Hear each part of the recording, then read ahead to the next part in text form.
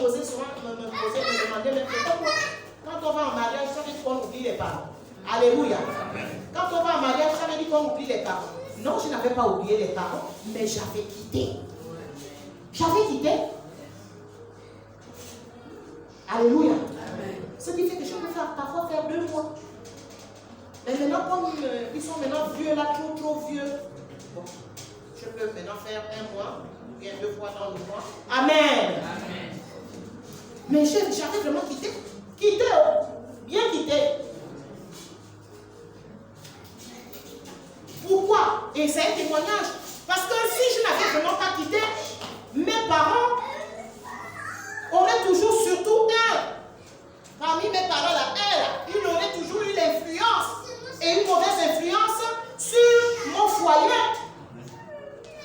Et par rapport à, on appelle ça comme à mon ethnie, il devait amener son influence de commandant sur mon mari. Moi j'ai dit stop. Alléluia. Amen. J'ai dit stop. Et oui, j'ai quitté. Donc nous devons quitter physiquement. Ce n'est pas faire du mal. Parce que nous sommes, c'est une nouvelle famille que nous fondons. C'est notre couple. Et nous ne devons pas entraîner les influences, les mauvaises influences de nos familles dans notre couple. Alléluia. Amen. Parce que quand nous ne quittons pas là, nous aurons toujours tendance à dire, à comparer quelque part. Ah, mais toi tu ne fais même pas les choses comme mon père. Amen. Ah, mais toi tu ne fais même pas les choses comme ma mère. Ah non, il n'est pas question de me comparer à ta mère ou à ton père ou moi, de comparer à mon père. Toi c'est toi, moi c'est moi. Mon père c'est mon père. Alléluia. Oh. Amen. On est ensemble. Amen. Oui, bien aimé. Donc nous on doit quitter. Et maintenant pour les couples qui ont construit dans les constructions familiales, vous devez demander la sagesse au Seigneur. Amen. La sagesse à Dieu. Parce que le grand pourcentage, c'est souvent que, surtout quand les parents sont là-dedans, habitent aussi là, ils vont surveiller, ils vont vous surveiller. Ils vont vouloir vous contrôler. Et si vous-même, vous n'avez pas aussi une certaine personnalité, non, bien aimé, ce sera compliqué, ce sera difficile. Parce qu'on va toujours interpréter tout. Toi, tu as voulu faire ci, on regarde, ta femme là, ou bien toi là. Non. Amen. Amen. Donc, et moi, le conseil même que je donne souvent, quand vous savez construire sur le terrain familial, à la longue, locataire, on doit aller vivre notre vie ailleurs. Amen. Amen. Location. Parce que non. Donc, il faut vraiment être animé d'une certaine sagesse pour quitter, étant dans la construction familiale, mais quitter. Amen. Amen. Donc, quitter physiquement, quitter matériellement. Moi, je connais des couples où, à chaque fois, maman, tu peux me donner là. Maman, je n'ai plus. Oh non, pardon. Non. Maman, tu peux m'apprêter là. Maman, tu peux me donner. Mon papa, je n'ai plus ça. Non, tu n'as pas quitté là. Tu n'as pas quitté matériellement. Alléluia. Amen. Ce sont des choses que je me suis imposées. Vous savez que nous, on sert le Seigneur. Moi, je sers le Seigneur depuis mon jeune âge. Mon époux aussi, l'homme aussi que j'ai rencontré, je l'ai aussi en train de servir le Seigneur. Donc, nous, on vit à la base par la foi. Yes. Et quand nous vivons par la foi, là, il y a eu des moments où il y avait des manques. On n'avait pas.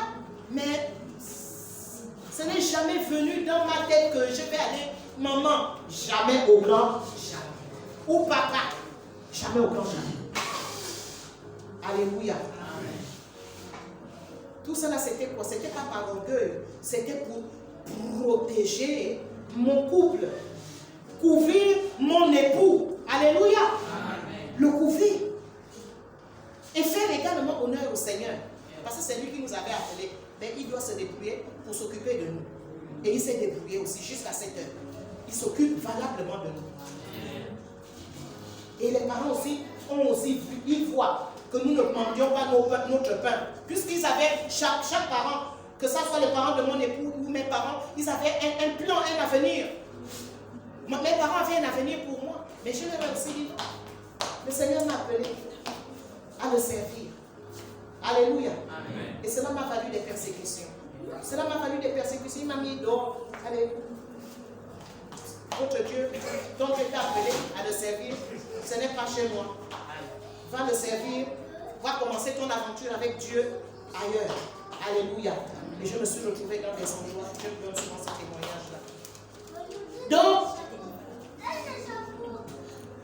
je parlais de quoi? Quitter matériellement. Amen. Nous devons quitter matériellement pour ne pas également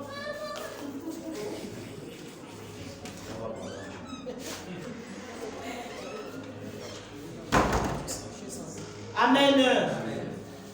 Bien-aimé, cela est très important.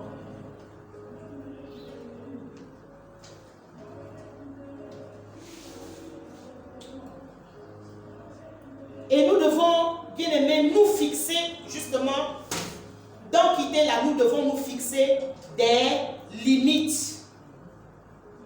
Notre couple ou notre maison ou notre foyer ne doit pas être une passoire. Ou la belle famille, que ce soit le côté de la femme ou le côté de l'homme, du mari, vient faire ce qu'il veut, peut venir faire ce qu'il veut, dans votre couple ou dans votre maison. Non, bien aimé. Et c'est chaque conjoint qui doit fixer les limites par rapport à sa famille. Mon époux ne peut pas fixer les limites par rapport à ma famille. Amen. C'est moi-même qui dois fixer les limites. C'est moi qui dois dire à ma mère, non maman, là tu ne peux pas. Amen. Amen. Non papa, là je ne peux pas. Ce n'est pas lui qui doit parler. Lui aussi il doit parler à sa famille. Amen. Amen. Je me rappelle, tout ce que je dis là, tout ce que je suis en train de vous dire, enseigner ce soir, moi-même je l'ai fait. Quel que soit ce que ça m'a valu. Quel que soit ce que ça m'a valu auprès de mes parents. Je me rappelle, mon père, quand il venait demander des services à son gendre, c'était vraiment avec l'autorité, c'était avec le commandement. Moi, je disais à mon époux, tu ne fais pas. Tu ne fais pas. Si tu fais là, tu vas bien comprendre, bien te... Allez, là-bas, tu ne fais pas. Amen. Amen. Et moi-même, je lui disais, tu ne fais pas. Mais moi, je disais à mon père, non, on ne peut pas. Ah oui, je dis, on ne peut pas. Là, on ne peut pas. Amen. Amen. Et après, maintenant, quand il avait compris, il pouvait dire, s'il te plaît, est-ce que vous... Je dis oui, là. Intérieurement, je ne lui ai pas dit là, tu as fait. Amen. Amen. Et j'ai dit à mon père, tu vois, là maintenant, est-ce que vous pouvez, ça c'est la manière qu'il faut demander un service. Mais si tu tombes là, parce que le père a parlé, parce que la mère a parlé, non, mais tu n'es pas adulte, tu n'es pas marié, alléluia. Amen. Donc c'est toi qui dois fixer les limites face à tes parents et vice versa. Alléluia. Amen. Donc là nous étions à quitter. Amen. Ensuite, on dit quoi? L'homme quittera son père et sa mère et s'attachera à sa femme. Alléluia. Amen.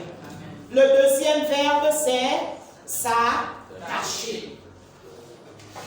S'attacher. Excusez-moi, je regarde mes notes. Amen. Amen.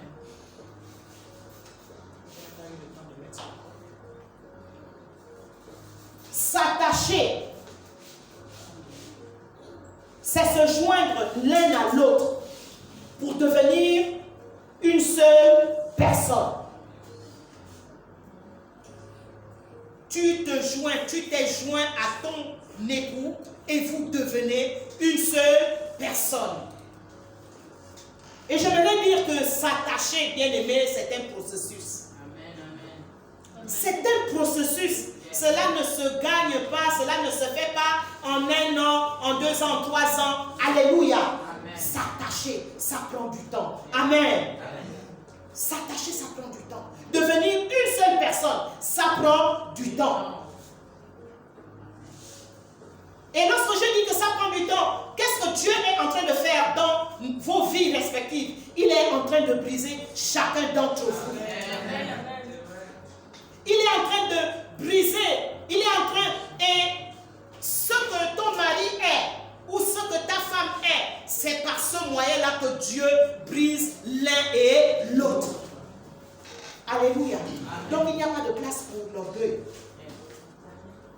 Il n'y a pas de place pour l'orgueil.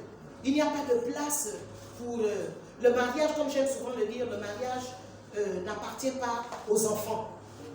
Ce ne sont pas les enfants qui décident de se marier. Amen. Amen. Si tu as décidé de te marier, c'est que quelque part tu étais déjà devenu adulte. L'adulte, ce n'est pas le corps costaud que tu as là, ou bien la chair que tu as là comme moi.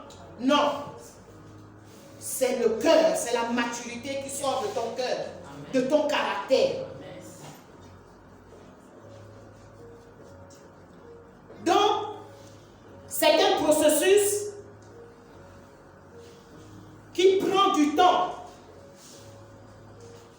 On se laisse mouler, on se laisse façonner. On est également à l'écoute de l'un comme de l'autre. Alléluia. Amen. Si ton épouse te dit, chérie, tu parles trop mal, tu me parles mal, ou lorsque tu me parles, tu me donnes les commandements comme si j'étais ton enfant, tu dois écouter. Alléluia. Amen. Comme mon époux me disait souvent, toi tu parles fort comme ça, là, c'est comment? Amen. Amen. Les gens qui ont des voix qui portent, alléluia, même avec le mari, hey. Alléluia, oh. Amen. Tu es maintenant là. Amen. Quand tu commences bien en bas, après tu ne te rends même pas compte que la voix est en train de monter. Mais comme c'est lui qui me... Alléluia. C'est lui qui me surveillait, il me dit, là ta voix est en train de monter. Ok. Amen. Je vais la faire descendre. Alléluia. Amen. Donc, bien aimé, c'est un processus. Et ce processus-là, nous devons aussi être humbles pour accepter les reproches, les remarques que l'autre te fait. On doit accepter ces reproches-là pour parvenir à être une seule personne, être vraiment attaché là, comme la Bible le dit. Non, on doit demander au Seigneur constamment l'humilité. Seigneur, brise mon cœur. Alléluia. Seigneur, brise ma personne. Alléluia. Et au fur et à mesure, le Seigneur va nous tailler, le Seigneur va nous façonner. Alléluia. Oh.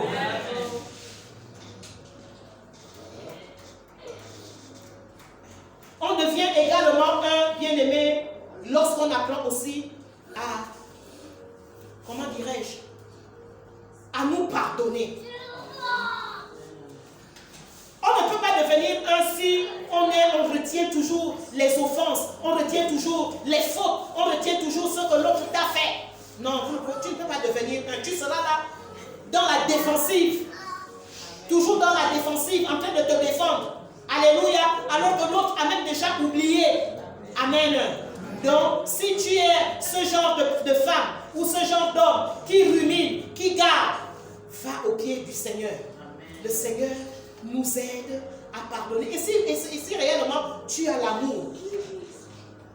Parce que nous nous marions sur la base de l'amour, n'est-ce pas? Amen. Nous nous attachons à notre conjoint sur la base de l'amour. Alors donc l'amour doit nous permettre de pardonner. De pardonner. Quelle que soit l'offense, nous devons toujours demander au Seigneur la capacité de pardonner. Alléluia. Amen. Devenir un. Le fait de s'attacher, bien aimé, va aussi faire en sorte que nous nous couvrons. Tu sais que là, ta femme a tort. Alléluia. Face certainement à la belle famille, mais ce n'est pas pour autant que tu dois la livrer. Tu sais que là, ton époux a tort face à la belle famille, mais ce n'est pas pour autant que tu dois le livrer. Alléluia. Tout cela contribue à l'attachement. Tout cela contribue à l'attachement. L'attachement, bien aimé, également fera que vous êtes tellement devenus un que rien ne peut vous séparer. On est pour vous ne dites pas amen. Amen. Aucune épreuve ne doit vous séparer. Amen. C'est à ce niveau d'attachement-là, bien aimé, que l'on doit arriver. Aucune épreuve, compliquée soit-elle. Alléluia. Amen. Alléluia. Amen. Comme je parle là, je parle toujours avec mes témoignages. Bien aimé, à peine marié, le diable a voulu nous séparer par une épreuve rude qui est arrivée dans notre foyer. par la perte de ma fille. Parce que lorsque nous nous sommes mariés, moi je suis venu avec ma fille, mon mari est venu avec son fils. Alléluia. Amen. Et à peine mariés, nous la perdons. Mais bien aimé, quand nous avons perdu notre fille là, mon père a voulu porter plainte à mon époux. Amen. Amen. Porter plainte. Que c'est lui. Mais qu'est-ce que j'ai fait? Et c'est moi qui voulais même utiliser. Non, tu vas aller. J'ai dit que mon mari tremble, j'ai dit que quand tu trembles, moi c'est moi qui devais me trembler. Alléluia. C'est moi qui devais trembler. Tu trembles pourquoi? Tu restes tranquille. Donc tout ça, il pouvait me dire, va faire ci, move. D'abord, je n'étais même pas partie vers lui. Plus que c'est lui qui devait venir vers moi. Parce que c'est moi qui étais éprouvé. Je peux dire, tu restes tranquille. S'il veut porter plainte, il ira porter plainte seul au tribunal. Lui-même, il répondra parce que nous, on ne se présentera même pas. Amen. Amen. Et lorsqu'il a vu ça, il a lâché. Pourquoi? Parce que j'étais attachée, à peine même mariée, j'étais attachée à mon mari. Alléluia. Amen. J'étais attachée à lui. Donc je ne pouvais pas accepter que l'on l'accuse faussement. Amen. Amen. Je ne pouvais pas accepter cela. C'est une épreuve, c'est un accident qui est arrivé. Amen. Amen. Voilà pourquoi je dis que nous devons arriver, le degré d'attachement doit faire en sorte que quel que soit le degré de l'épreuve, la hauteur de l'épreuve, bien aimé, nous devons être comme ça, collés, collés. Alléluia. Amen. Ce que je suis en train de vous dire là, ce ne sont pas des choses faciles, mais Dieu lui-même, il sait pourquoi il est en train de vous le dire.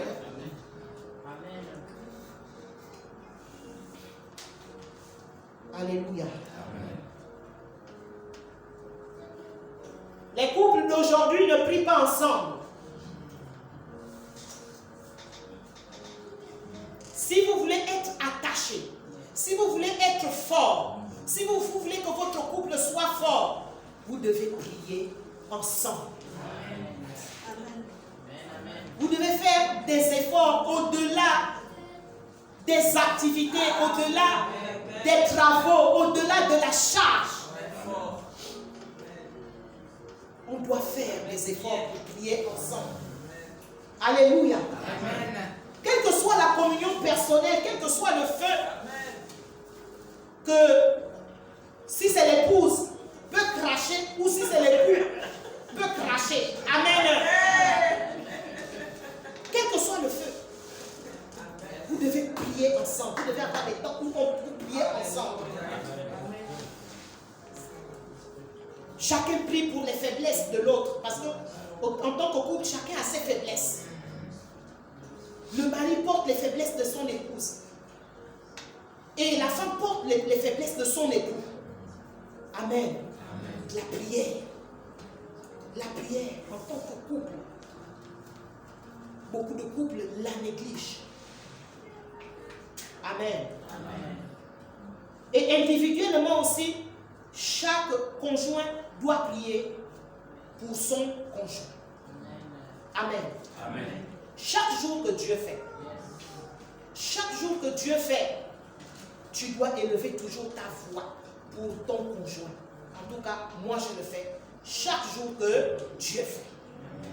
Autant je prie pour mes enfants, autant je prie pour mon époux. Chaque jour. Alléluia. Amen. Je suis sa première intercesseuse.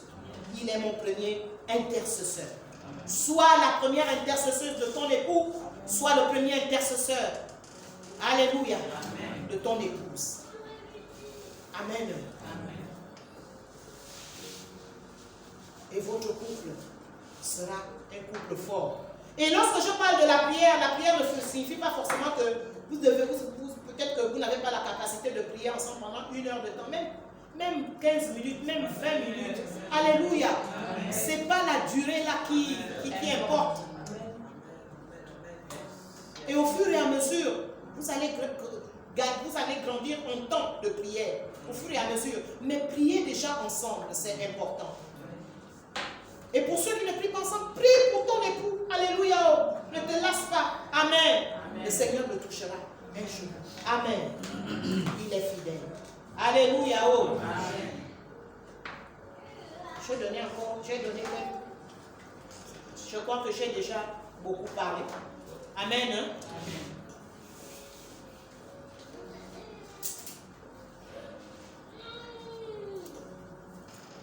L'autre point, nous allons passer donc à l'autre point.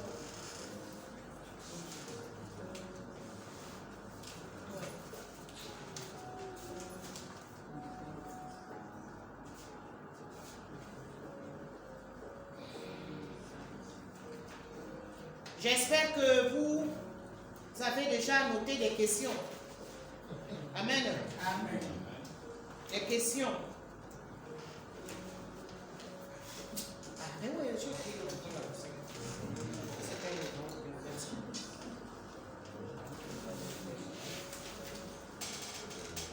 ok. Deuxième point. N'oublions pas que le thème c'est les 4 fondations pour un mariage réussi. Deuxième point, ne désirez pas les biens des autres. Alléluia. Oh. Ne désirez pas les biens des autres. C'est très important. Exode 20, le verset 17. Celui qui trouve lit d'abord.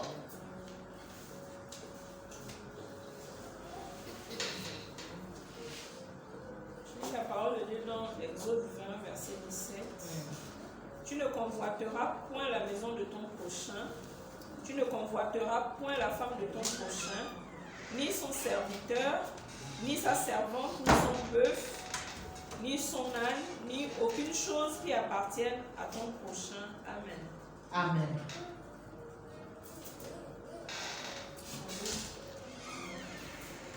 Amen. Amen.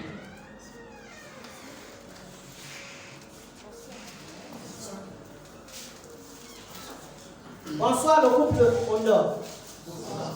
Ah ça? Comment le retard? Pas grave. Les autres pourront faire le compte rendu du premier point que nous avons traité.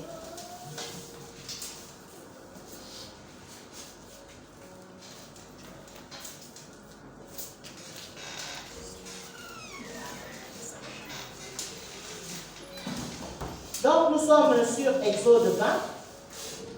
Exode 20, le verset 17. Nous sommes sur le deuxième point. Le thème que nous développons aujourd'hui pour ceux qui viennent d'arriver, c'est les 4 fondations pour un mariage réussi. Les 4 fondations pour un mariage réussi. Le premier point, nous l'avons déjà traité. Et comme c'est enregistré, vous allez le recevoir après la rencontre. Donc je suis sur le deuxième point. Le titre c'est « Ne désirez pas », le sous-titre, autant pour moi, « Ne désirez pas les biens de vos voisins ». Exode 20, 17. Tu ne convoiteras point la maison de ton prochain. Tu ne convoiteras point la femme de ton prochain, ni son serviteur, ni sa servante, ni son bœuf, ni son âne, ni aucune chose qui lui appartient, ni aucune chose qui appartient à ton prochain. Amen. Amen. Donc,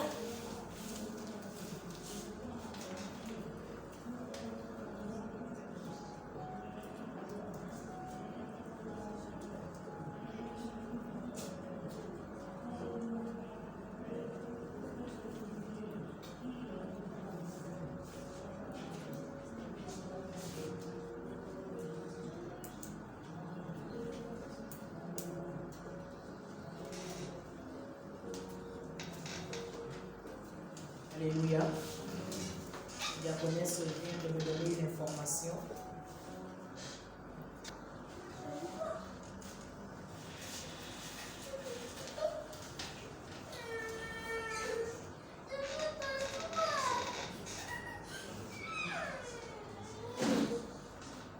Alors donc, que nous allons continuer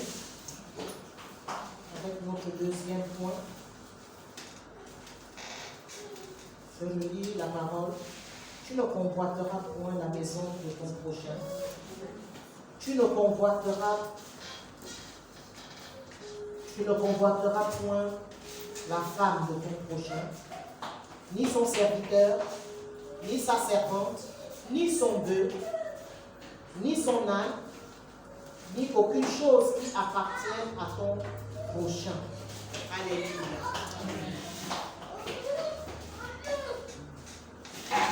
Alors donc nous disions que nous ne devons pas désirer les biens de notre prochain. Amen. Et la parole donc nous parle de convoiter. Bien-aimés, lorsque je lisais ce passage, en fait, je réalisais encore, comment dirais-je, comment le Seigneur veut que nos vies soient réellement, comment dirais-je, exemptes de toutes sortes de péchés. Alléluia. Comment le Seigneur veut que nos vies soient exemptes de toutes sortes de péchés. La convoitise, c'est un péché. La convoitise est un péché, bien-aimé, que nous devons éviter dans le couple. Alléluia. Convoiter, c'est quoi? Convoiter, c'est désirer ardemment ce qui appartient à autrui. Désirer ce que l'autre a. Alléluia. Désirer de l'avoir. Bien-aimés, nous devons savoir que dans le couple, Dieu nous donne chaque chose en son temps. Dans le couple, Dieu nous donne chaque chose en son temps. Voilà pourquoi nous ne devons pas comparer notre couple à un autre couple. Ah chérie, mais les autres ont déjà ceci. Alléluia. Oh. Les autres ont déjà ceci, les autres ont déjà cela. Dieu parle, il dit quoi? Tu ne convoiteras point la maison de ton prochain. Même si tu n'as pas encore de maison, tu auras une maison. Alléluia. Oh. Je suis en train de prophétiser sur quelqu'un. Je suis en train de prophétiser. Amen. Amen. Si tu n'as pas encore de maison, tu auras une maison. Amen. Alléluia. Amen. Dieu te donnera cette maison-là. Comme il nous a donné une maison. Amen. Autant au moment où on ne s'y attendait même pas. Alléluia. Amen. Le temps était déjà tellement passé. Et puis moi, si je me aussi vous dire que je commençais déjà à m'embêter mon mari. Alléluia. Amen. Hein? 19 ans. Yes. En location. Là où on était au 9 là-bas. 19 ans. Alléluia. Amen. Mais le Seigneur avait son plan. Amen. Il avait son plan. Mais même si je l'embêtais, mais moi je servais le Seigneur.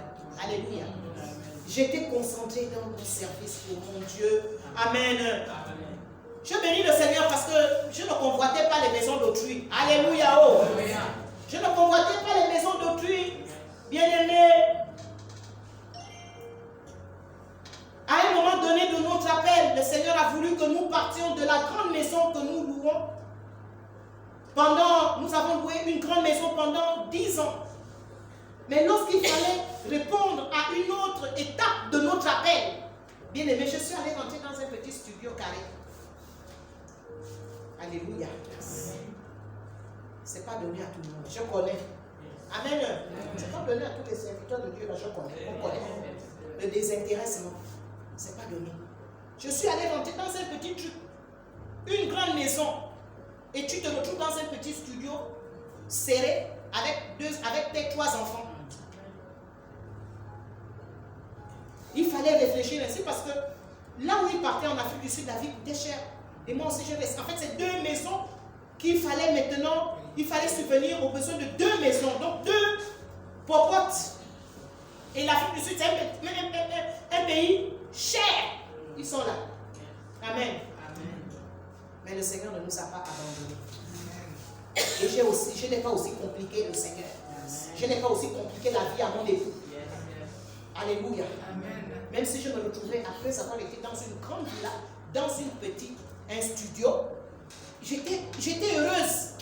J'étais heureuse. Alléluia. Donc, bien-aimé, la convoitise est un mauvais état d'esprit. Est un mauvais état d'esprit. C'est un péché. Il n'y a pas que le péché de l'adultère. Même la convoitise, c'est un péché. Dans nos couples, dans nos vies, lorsque nous sommes des personnes animées de convoitise, bien aimés, nous sommes ouverts à toutes sortes de péchés. Alléluia. Donc c'est un état d'esprit que nous devons également travailler afin de le mettre loin, de notre foyer. Pourquoi? Parce que la convoitise va entraîner la comparaison. Je crois que je l'ai dit.